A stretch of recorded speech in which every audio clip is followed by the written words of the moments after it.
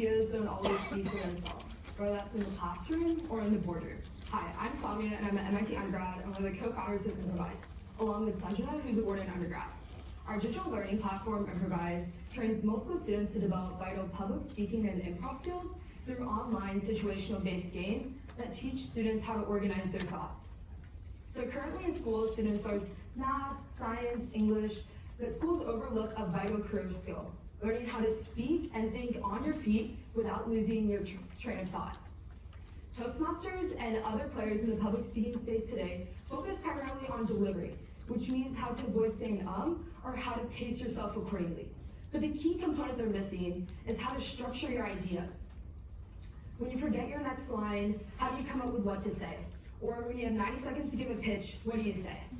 We use organizational and creative thinking strategies to teach middle schoolers to do exactly that.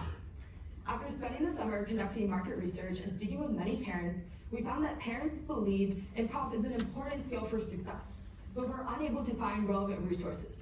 This untapped market presents a huge opportunity for us to sell directly to parents, as well as eventually to school systems, positioning us as the industry leaders of soft skills education. We'll be launching a beta on our landing page in early December, and we invite you all to come improvise with us. Thank you.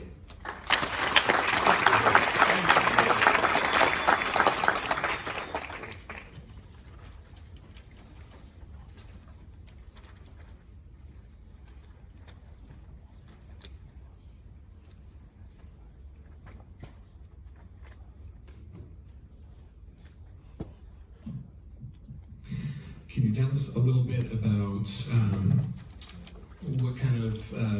what kind of stuff is in these training modules? Yeah, so our primary focus is based on the framework of how you actually think about how you're going to organize your thoughts. And so we're using a gamified approach since we're working primarily with middle schoolers, and that's a great way to gain their attention. So the fact that we're using situational based is kind of like we're using a mock situation, and we're building intuition for that child on how they approach different improv situations. So we give them kind of options on if somebody asks you, like, tell us a story about a time you, I don't know, how to give a pitch, then it would give them sort of like different options on what to select, which would match our framework. So we're building that intuition. Since I would imagine your buyer is the parent, how are you thinking about giving feedback to the parent that they're actually getting results? That's right. So we acknowledge that along with practicing like framework, it's also important to really see those results through basic practice.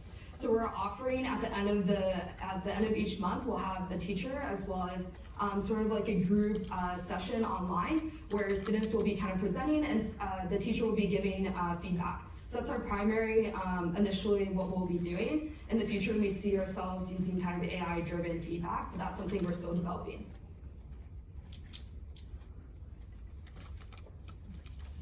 How do you plan to get to your eventual users?